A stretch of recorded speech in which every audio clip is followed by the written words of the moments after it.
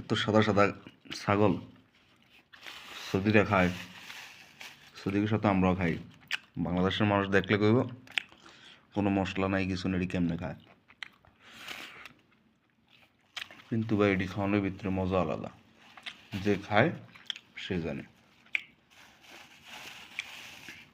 দেখছেন কোনো মশলা আছে? একদম সিদ্ধ ছাগল, পুরোই সিদ্ধ, কোনো ধরনের মশলা নাই। এটি খেতে মজা আলাদা।